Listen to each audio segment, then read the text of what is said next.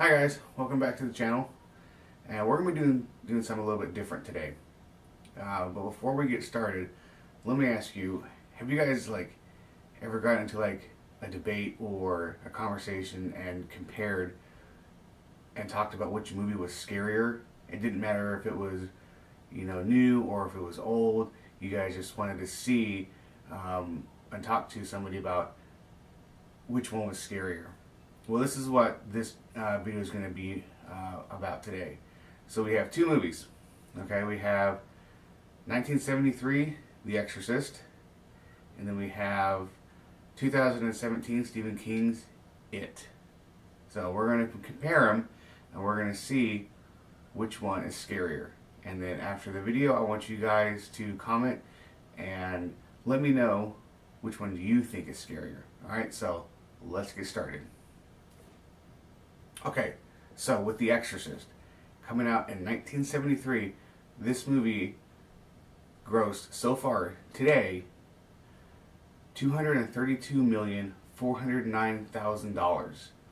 And then with the movie It, the one that was released in 2017, that movie actually grossed $117.2 million in its opening weekend. So for one weekend, it grossed $117.2 million, and it actually made it the highest grossing horror film of all time, currently, in current time. Now, take a look at The Exorcist again, and then you see that with inflation, it was actually Warner Brothers' highest grossing film of all time.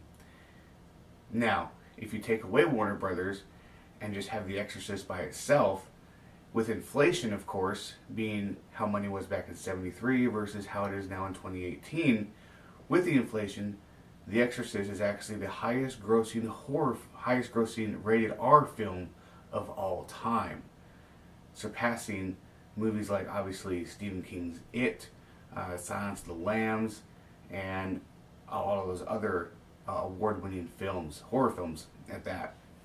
Now, one of the things that directors actually look for when they cast certain members for their film is that, and this has been true since, pretty much since directing really became a known thing, something that's very, very well respected, and that is directors today want genuine fear, not just from the audience, but from their cast members as well. Okay, that's where it's not necessarily acting anymore. Now it's real. So going into The Exorcist, okay, comparing that one first, we have Jason Miller, who was the young priest, and there was a scene where he went to go visit Reagan, and after Reagan was possessed, he went to go visit her in her room, and there was a scene where she was to vomit all over him.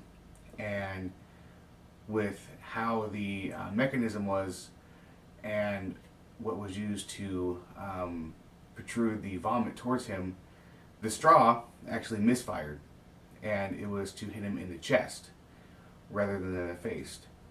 And the scene of where he gets shot in the face is actually genuine. He wasn't supposed to get hit in the face. It was supposed to be in the chest.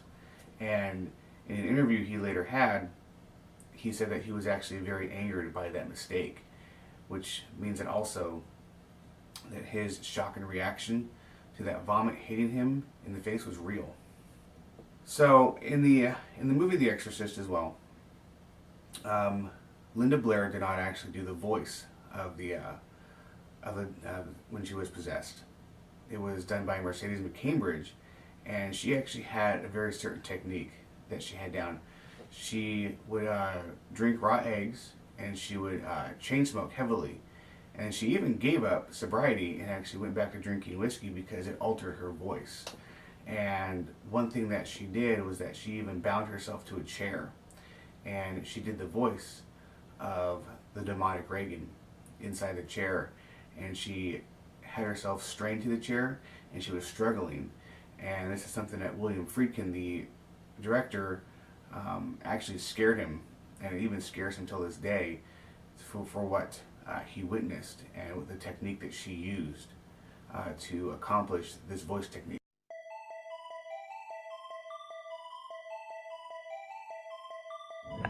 The Demon in the Exorcist, the film, is a 100% radio performance because you never see me. All you do is hear me. And yet, through the vocal apparatus, I made people throw up and pass out and faint and all that silly stuff. I keep insisting they brought that from home. I think they came with their neuroses, paid their $3 and threw up or did whatever they were going to do. But it was interesting to pull it off in a film because it was really radio. And it's, I've done this before on a microphone since the film, but I wondered how I could convey through sound an impression of the demon breathing. In the book, Bill Blatty describes very colorfully the horror of the sound that the two exorcists feel when they are outside the closed door of the room and they are still aware of the breathing going on inside of the demon, inside the little girl. Well, how are you going to make that sound? Well, I finally came up with something that worked, and it's what's on the soundtrack. When I was little, I had bronchitis. I've had it all my life. And I wheezed, and do wheeze when I get into attack of it. So really what you hear with the demon, let me do it for you now. When the demon breathes, this is what you hear.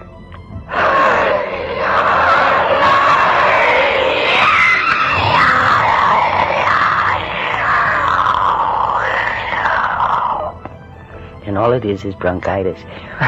Well, that wouldn't mean anything in front of a camera or out there on that stage. But in radio, you can do so many things, so many things. If you risk the amount of imagination you have and trust the amount of imagination of the listener. So one of the scenes also in the beginning of the film, well, partially in the beginning, was when Regan McNeil was in the bed and she was being tossed up and down in her bed, and then eventually she started going back and forth, and there was a machine that was causing this, and it was making her do this.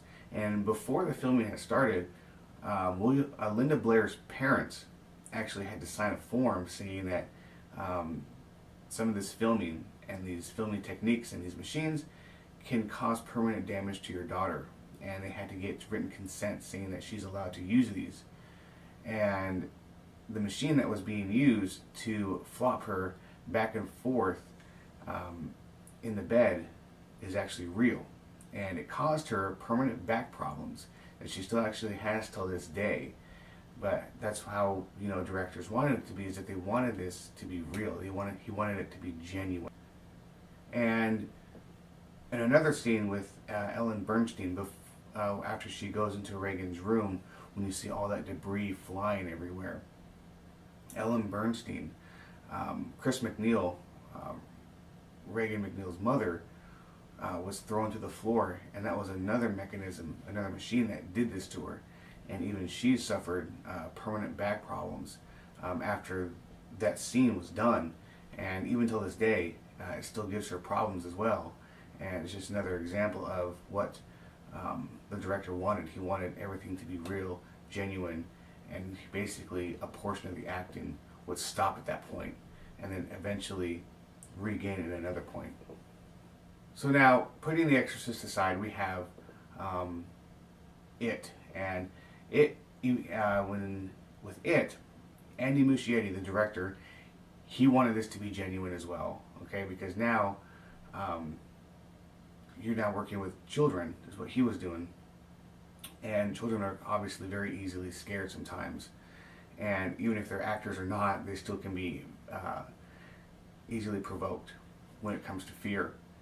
And one thing that he wanted Bill Skarsgård, the man who played Pennywise, he wanted the children and Bill to be separated, for them not to have any contact with each other. And this happened for quite a while. It happened for over a month after the filming had started, because Bill would go into his tent, the kids would go into another tent, and they would completely stay separated. And they weren't allowed to see each other until the first scene of where the kids saw it.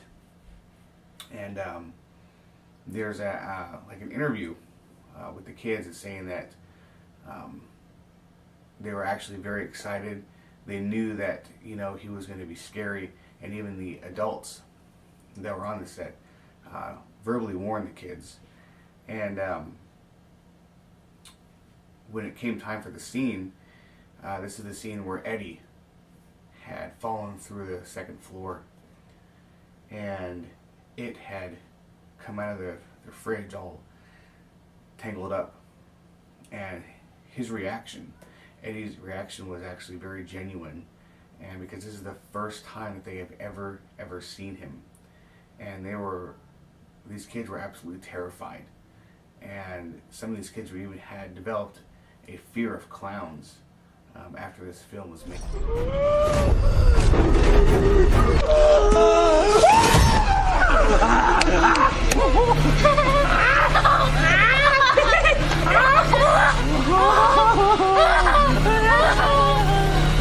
Tasty, tasty, beautiful fear.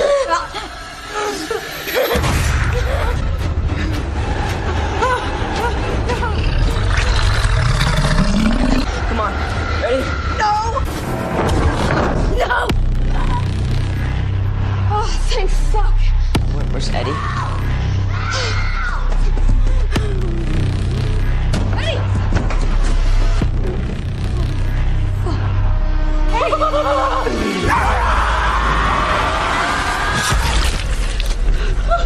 So continuing on with this, with the whole fear and having it being genuine and real. So now you have fear from the cast members, and then there's obviously what the director wants to get out of it is fear from the audience. And that's what a lot of what The Exorcist entailed on its audience members, was it developed a lot of fear inside them. When The Exorcist first was released, some people even had to leave the theater. They had to walk out of the theater. And it wasn't just, you know, one person here or a couple here. It was groups of people had to leave because it was too intense for them to watch.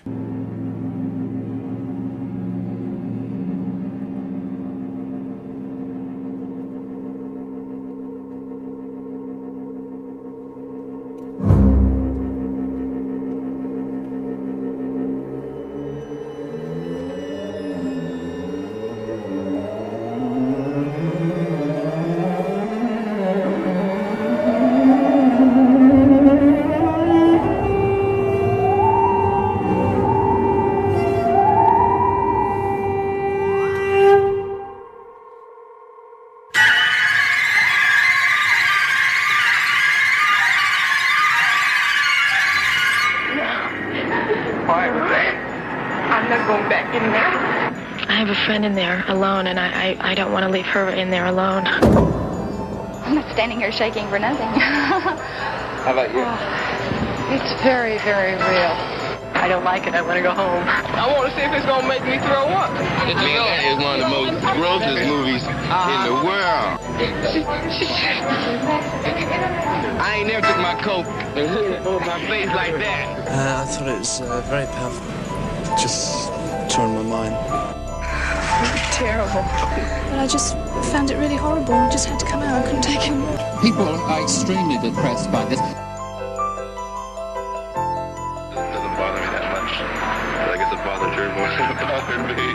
Fantastic movie. I don't like it in Spanish or English or whatever. It's really gross. Did it upset you? Yeah. It was really terrific. I can't even think. I can't even talk. Makes my heart beat too fast.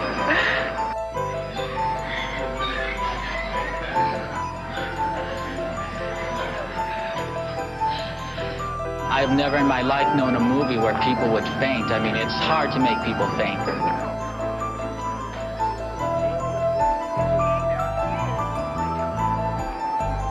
Well, as soon as they faint, I get out the smelling salts. And like devil coming out of her. I just couldn't take it. I'm going to stay out here for the rest of the movie. You're not going to go back? No, I'm too scared. I never get scared. I am too scared. I believe. I believe. This is the second time we've seen it. We still can't hack it. Can't even describe it. It's horrible. So the biggest scene that people actually would ever think was, you know, the vomit scene between Reagan McNeil and Father Karras. People think that, you know, that would have been the scene to, you know, make them want to leave the theater, make them even vomit. And it really wasn't. It was actually the scene where Reagan is at the hospital, and she's getting what is known as an air study. There is a scientific name for it too, and you can even look it up. And what it is that the air study is basically where she gets a lumbar puncture in the neck, and it's where they remove all of the CSF from her brain, the cerebral spinal fluid. And what it does is that after it's drained, they replace it with oxygen or helium, and that way when the x-rays are performed, it gives a better image of the brain to look for any kind of abnormalities that could cause her behavior. This was an actual procedure that was done in the early 70s, but later it was canceled in the late 1970s when better neuro equipment was later available. So that was the actual scene where people couldn't handle it. They either had to leave, or they were literally vomiting in the theater.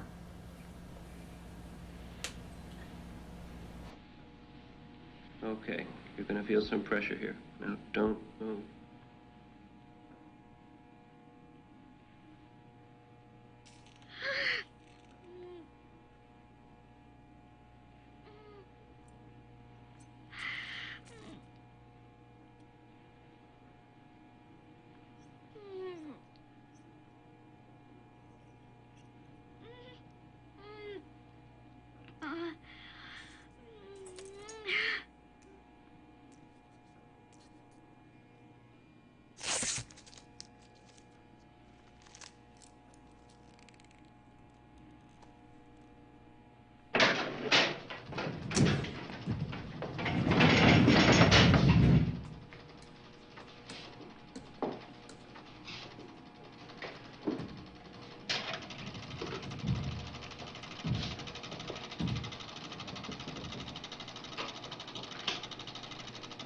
Hook up.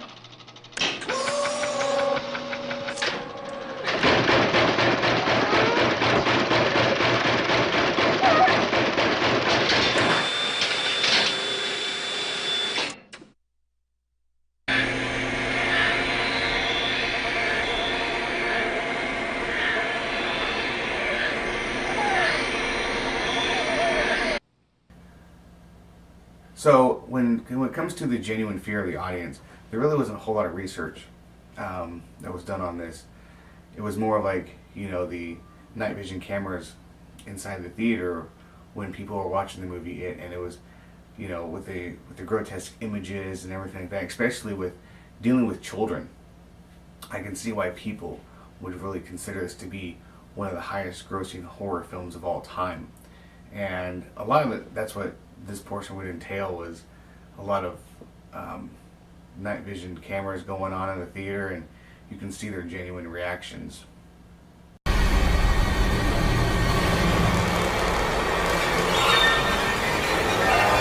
Hiya, Georgie. What a nice boat. Do you want it back?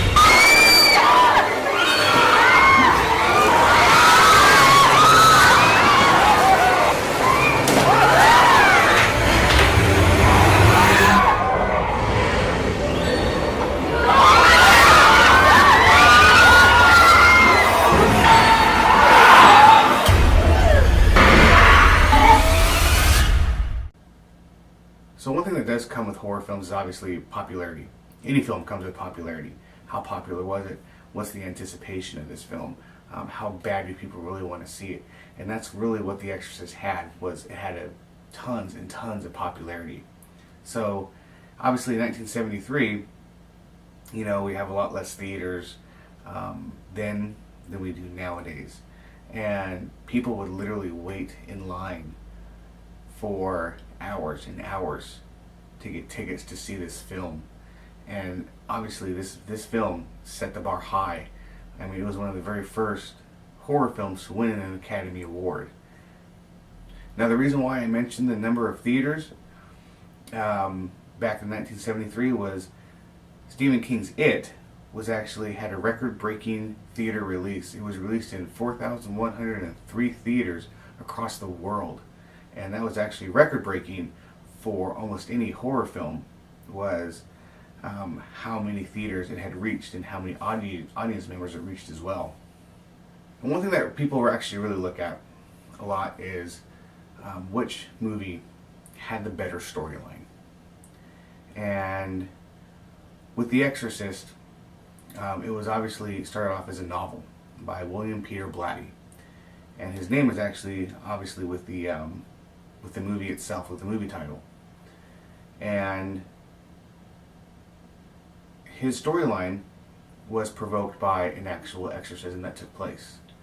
This exorcism took place in 1949 with a 13-year-old boy, and he lived in a town that was even in the same state where The Exorcist took place. The Exorcist took place in Georgetown, Maryland, on the corner of Prospect and 36th Street, where the actual Exorcist stairs are located. And where the little boy lived was in Cottage City, Maryland. It's not too far from where the actual filming took place. And this little boy was believed to be possessed for quite some time. He was taken to a hospital where his exorcisms were performed. And it wasn't one exorcism and done. This exorcism took several months. I believe it took up to 4. And at one point, the priests even believed that the demon had left the child, but then later returned a short time later. That is a mechanism that sometimes demons can do, is they can take the image and take the body and leave it alone, but then they will later return. And this is something that William Peter Blatty had used to influence his writing when creating the Exorcist novel. And one thing I wanted to share with you guys was that William Peter Blatty only really experienced one writer's block. And this is a really interesting fact, is that he was sitting at his typewriter and he was trying to think. He had reached the point of where Chris McNeil was to go into Reagan's room because she had heard some noises. And this is the scene where, you know, the things are being flown across the room, and what she sees is where he stopped, because he had this writer's block of, I have this atheist mother whose daughter is possessed, and what can I do? What can I write to change the fact of how can I make this mother a believer in God? And that is where he got his influence. That's the question he asked himself, is how can I make Chris McNeil a believer in God? And that's where he got the idea of the crucifix in her daughter's hand and what she does with it. And his story, his novel, was actually a lot more sexually explicit, because she had actually broken her nose in the novel. She had actually had an orgasm in the novel too. And obviously, you know, Warner Brothers wouldn't allow this, so it was never filmed, and it was really, honestly, just an idea that was pitched out there and was immediately canceled.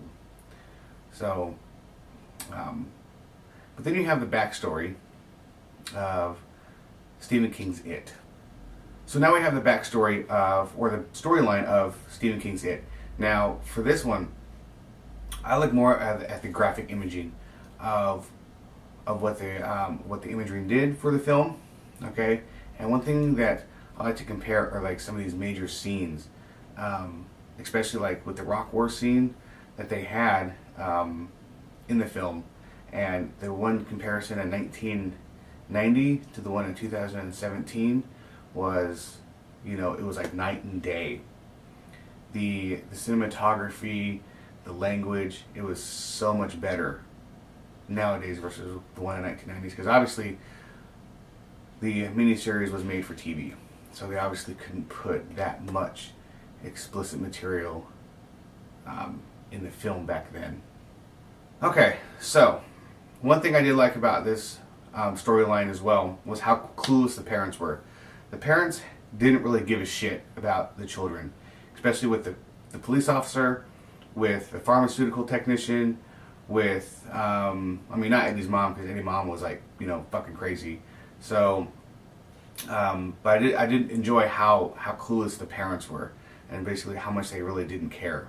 And I think that probably the best storyline about this that made you wanting more was Pennywise. Obviously, he lived underground. He lived in the sewers, and when you saw the first image of the sewer that was built inside the house, you wanted to know what was underneath there. And then when the kids went down there and they defeated Pennywise, he went further down into the ground even more. And that was it. That's pretty much where it ended. And it left you wanting more, because you already wanted to know what was inside the well at the house. And you got to see it. You got to see where all the children were being kept. You got to see what he had taken from them. And then he goes further. And I think that's what the sequel is going to entail, is like, what is beyond his first hideout? Where else is he going to go? So there you have it. Alright, let me know in the comments below, which one do you think was scarier? Was it The Exorcist or Stephen King's It? Okay, so let me know in the comments below, okay, and obviously don't forget to like, comment, and subscribe. Alright, and okay, and please don't be that asshole that says that, you know, I laughed during the entire, both films, the whole way through, because I'm sorry, but nobody can do that. Nobody can sit there and laugh for 2 straight hours without taking a breath. Okay, at one point in both of these films, if you have seen them both, at one point you look at the screen and say, wow, holy shit, that was creepy. Okay, so let me know which one was scarier. Alright, and I will see you guys next time. Stay scared.